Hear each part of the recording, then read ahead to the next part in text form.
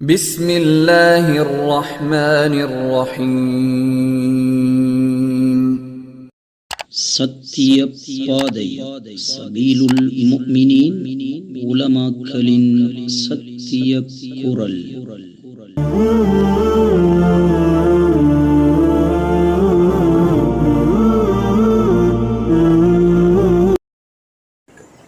அல்ஹம்துலில்லாஹி ரப்பில் ஆலமீன் والصلاة والسلام على أشرف الأنبياء والمرسلين نبينا محمد وعلى آله وصحبه أجمعين والتابعين لهم بإحسان إلى يوم الدين. أما بعد فيقول الله تبارك وتعالى: أعوذ بالله من الشيطان الرجيم. بسم الله الرحمن الرحيم.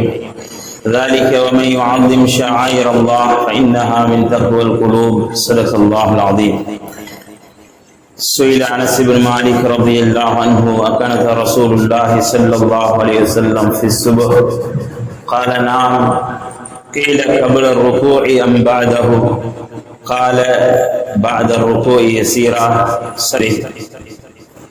கண்ணியத்துக்குரிய அல்லாஹ்வுடைய நல்லடியார்களே, புனிதமான துல்ஹிஜ்ஜாவுடைய மாதத்தை நாங்கள் அடைந்து அதில் பலதரப்பட்ட அமல்களை செய்து, ஒரு சிலர்கள் ஹஜ்ஜுடைய அமல்களையும், இன்னும் சிலர்கள் உதுஹியாவுடைய அமல்களையும், அதற்கும் வசதி இல்லாதவர்கள் அரஃபாவுடைய நோன்பு பெருநாளுடைய தினத்துடைய அமல்களையும் செய்துவிட்டு அந்த மாதத்துக்கு விடை கொடுக்க காத்திருக்கின்ற காலத்தில் வாழ்கிறோம்.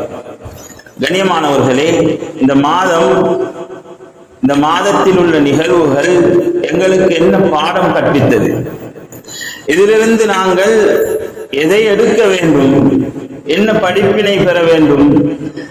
எங்களுடைய வாழ்க்கையில் இந்த மாதத்தின் நிகழ்வுகளில் இருந்து எந்த விடயங்களை ஊன்றி பிடிக்க வேண்டும் என்று பார்த்தால், பல விடயங்களை இந்த மாதத்தின் நிகழ்வுகள் எங்களுக்கு அழகான முறையில் சொல்லித் தருகிறது.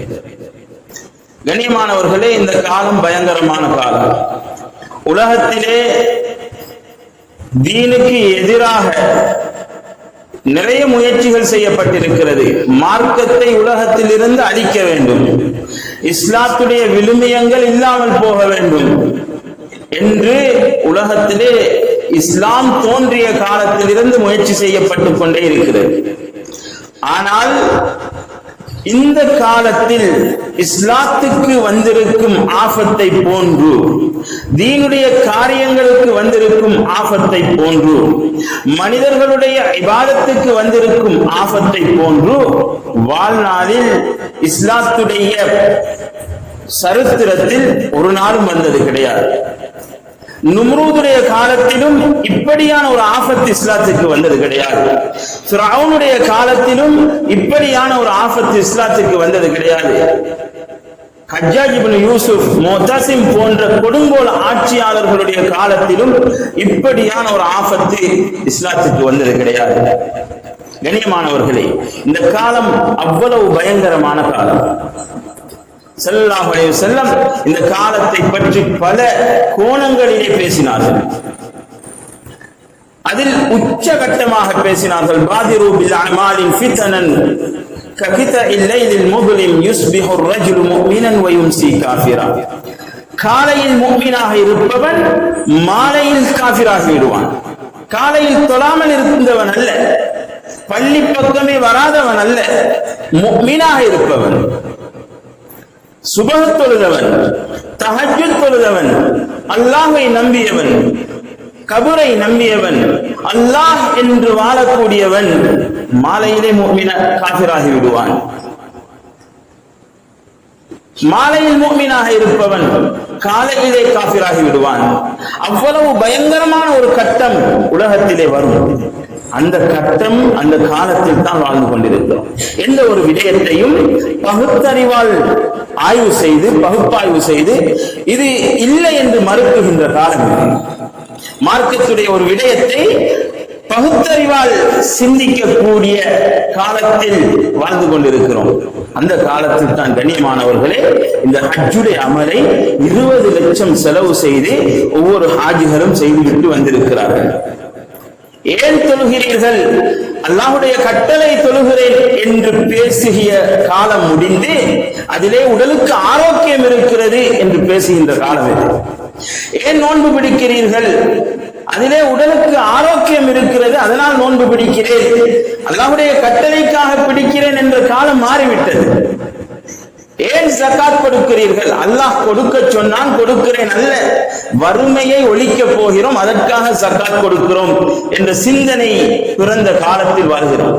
இந்த காலத்தில் கண்ணியமானவர்களே, எந்தவித லொஜிக்கும் இல்லாமல் ஏன் ஹஜ்ஜிக்கு செல்கிறீர்கள்? ஏன் அங்கே சென்று ஒரு கல்லை சுத்த வேண்டும்? ஏன் அங்கே சென்று 2 கற்களுக்கு மத்தியில் ஓட வேண்டும்? ஏன் அங்கே சென்று ஒரு இடத்திலே 21 கற்களை புரக்கி இன்னும் ஒரு இடத்திலே எரிய வேண்டும்? ஏன் அங்கே சென்று அரஃபா என்று சொல்லக்கூடிய அந்த மைதானத்திலே தரிக்க வேண்டும்? ஏன் அங்கே சென்று மினாவிலே தரிக்க வேண்டும்? ஏன் அங்கே சென்று முஸ்தலிஃபாவிலே தரிக்க வேண்டும்? ஏன் அங்கே சென்று ஹஜருல் அஸ்வத் கல்லை முத்தமிட வேண்டும்? சில கற்களோடு சம்பந்தப்பட்ட இபாதத்தை ஏன் செய்ய வேண்டும்? இதற்காக ஏன் 20 லட்சம்? இதற்காக ஏன் 18 லட்சம்? இதற்காக ஏன் இந்த போட்டி என்று கேட்டால் கண்ணியமானவர்களே, ஹாஜர் அலைஹிஸ்ஸலாம் ஓடினார்கள் தண்ணீர் தேடி. இன்றுதான் தண்ணீர் நிறைய இருக்கிறதே, ஏன் நாங்கள் ஓட வேண்டும்? அங்கே ஹாஜர் அலைஹிஸ்ஸலாம் 3 இடத்திலே கல்லெறிந்தார்கள், ஜமராத்துகளிலே, ஜம்ரத்துல் அக்கபா, ஜம்ரத்துல் ஊலா, ஜம்ரத்துல் உஸ்தா என்கிற இடத்திலே. கண்ட இடத்தில் கல்லெறிய முடியாது, கண்ட இடத்தில் கல் பிறக்க முடியாது, கல் எடுக்க முடியாது. ஒரு மாணிக்கக்கல் வியாபாரி இலங்கையில் இருந்து 21 கற்களை கொண்டு போய் எறிய முடியாது. எங்கே கல் எடுக்க வேண்டும் என்றும் இருக்கிறது, எங்கே எரிய வேண்டும் என்றும் இருக்கிறது. அவர்கள் எறிந்தார்கள் ஷைத்தானுக்கு, ஷைத்தான் முன்னுக்கு நின்றான். இன்று நாங்கள் ஏன் எரிய வேண்டும் என்று கேள்விகள் எழுப்பினால் கண்ணியமானவர்களே, ஹஜ்ஜுக்கு போய் 2 ரக்காத் தொழுகிறது எந்த இடத்திலையும் கடமை அல்ல. ஹஜ்ஜிலே ஏதாவது ஒரு துவா ஓதுறது கடமையா என்றால் கடமை அல்ல. ஒரு சில இடங்கள்ல போய் சுத்துறதும் எரிகிறதும் உடலை குலுக்கி ஓடுறதும் இது ஏன் என்கிறத எங்களுக்கு ஹஜ் அழகான முறையில ஒரு பாடத்தை கற்பிக்கிறது. கண்ணியமானவர்களே, இன்றைய ஹுத்பாவுடைய தலைப்பும் அதுதான். உங்களுடைய பாரம்பரியத்தை நீங்கள் பாதுகாருங்கள். யாருக்காகவும் எவருக்காகவும் யாரோ சொல்கிறார், எங்கோ பேசுகிறார் என்று 50 வருடமாக செய்து வந்த அமல்களை விட்டு விடாதீர்கள். யாரோ சொல்கிறார் என்று யூடியூப்லையும் பேஸ்புக்லையும் சமூக வலைதளங்களையும் இது கூடாது, அது இல்லை என்று யாரோ பேசுகிறார் என்று, ஏதோ எங்கோ ஒரு ஹதீஸை பிழையாக விளங்கி விளக்கம் சொல்கிறார் என்று நீங்கள் செய்து வந்த அமல்களை விட்டு விடாதீர்கள். கண்ணியமானவர்களே, இன்று அப்படிப்பட்ட பயங்கரமான காலத்திலே வாழ்கிறோம். இதை திரும்ப ஹஜ் எங்களுக்கு உணர்வூட்டிக் கொண்டிருக்கிறது. உன்னுடைய தாய் செய்துவிட்டால், அவள் தண்ணீர் தேடி ஓடினால் நீ ஓடத்தான் வேண்டும். உன்னுடைய வாப்பா செஞ்சா அதை செய். உன்னுடைய மூதாதையர்கள் எதை மார்க்கமாக செய்தார்களோ அதுதான் மார்க்கம். இந்த பேச்சுக்கு மறுப்பாக சொல்லுவார்கள், மூதாதையர்களை பின்பற்றித்தான் நரகம் போறது என்று குர்ஆன்ல பல இடங்கள்ல வந்திருக்கிறது. நாங்க மிம்பராக சவாலாக சொல்லி வருகிறோம். குர்ஆனிலே எங்கெல்லாம் மூதாதையர்களை பின்பற்றினால் நரகம் போவீர்கள் என்று வருகிறதோ அங்கெல்லாம் யாருடைய மூதாதையர்களை பேசுகிறார்கள் தெரியுமா? ஒன்று இப்ராஹிம் அலைஹிஸ்ஸலாம் அவர்களுடைய தந்தை ஆசர் சிலை வியாபாரி காஃபிருடைய மூதாதையர்களை பேசுகிறது குர்ஆன். அல்லது குறைஷி காஃபிர்கள், அந்த காஃபிர்களுடைய காஃபிரான மூதாதையர்களை பற்றி பேசுகிறது. எங்களுடைய இமாமுனா ஷாஃபி ரஹிமஹுல்லாஹ் முஸ்லிம் எங்களுக்கு தொலை சொல்லி தந்தவர்கள்.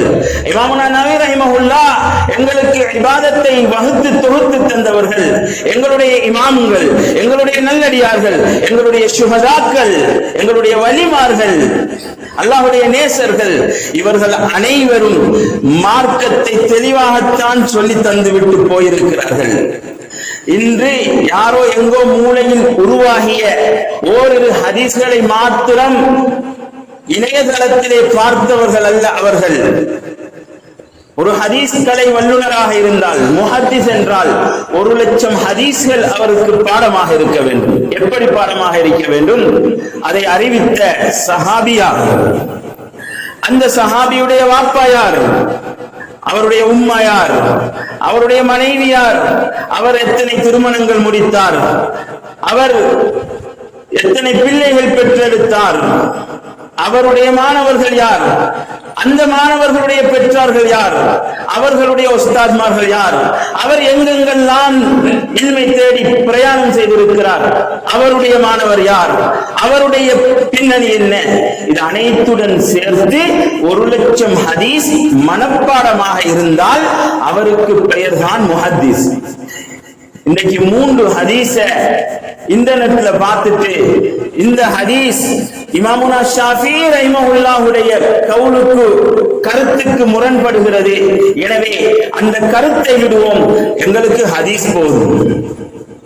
கண்ணியமானவர்களே, ஒருவன் கண்ணை திறந்து கொண்டு ஹதீஸை பின்பற்றினாலும் அவன் வழிகட்டு போவான், கண்ணை மூடிக்கொண்டு மதுஹபை பின்பற்றினாலும் நேர்வழி அடைவான். இது கொஞ்சம் பாரமாகத்தான் இருக்கும் இந்த வார்த்தைகள். அட ஹதீஸ மதுஹபுக்கு கீழே போட்டாரே என்று விளங்கும். உதாரணம் சொல்கிறேன், கேளுங்கள். அல்மாஉ மினல் மா, இந்திரியம் வந்தால் தான் குளிப்பு கடமை. சொல்ல வேண்டிய இடத்தில் சில விடயங்கள் சொல்லத்தான் வேண்டும், தெளிவாக புரியுங்கள். இது ஹுத்பாவாக நினைக்க வேண்டாம், எங்களுடைய பாரம்பரியத்தை பாதுகாக்கும் ஒரு பாடமாக நினையுங்கள். அல்மாஉ மினல் மா, இந்திரியம் வந்தால் தான் குளிப்பு கடமை என்கிற இந்த ஹதீஸ் தமிழ் அர்த்தம் உங்கள ஒருத்தருக்கு கிடைக்குது, வேற சட்டம் எல்லாம் தெரியாது. ஹதீஸ்ல ஒரு அர்த்தம், இந்த ஹதீஸ் மட்டும்தான் இப்ப கிடைச்சிருக்குது. இந்த ஹதீஸை படிச்சுட்டு போய்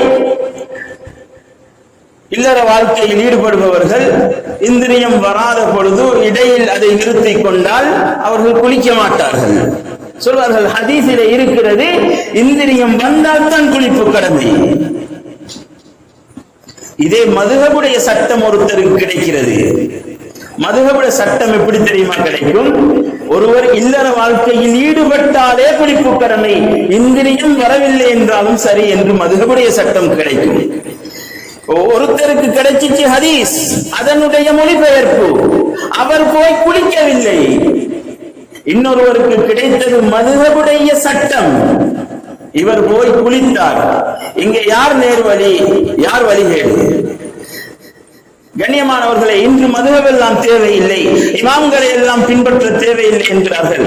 அப்படி சொல்கின்ற ஒவ்வொருத்தரும் 200 ஹதீஸ் அறிவிப்பாளர் வரிசையோட பாடமா இருந்தால் தான் தொழ முடியும். நாங்கள் இன்னும் கேள்வியாக கேட்டுக் கொண்டிருக்கிறோம் மதுஹப் தேவையில்லை என்பவர்களிடம். நீங்க ஓதுற சூரத்துல் ஃபாத்திஹா ஃபர்லு என்கிறீர்கள், வஜ்ஜஹத் சுன்னத் என்கிறீர்கள், ருக்கு ஃபர்லு என்கிறீர்கள், சுப்ஹான ரப்பியல் அதீம் வ பிஹம்திஹி சுன்னத் என்கிறீர்கள், அத்தஹியாத்து ஃபர்லு என்கிறீர்கள், கடைசி அத்தஹியாத்து முதலாவது அத்தஹியாத்து சுன்னத் என்கிறீர்கள். நபி ஸல்லல்லாஹு அலைஹி வஸல்லம் பிரித்து தந்தார்களா? நான் ஓதிய வஜ்ஜஹத் சுன்னத், நான் ஓதுகின்ற சூரத்துல் ஃபாத்திஹா ஃபர்லு என்று எங்காவது கொண்டு காட்ட முடியுமா?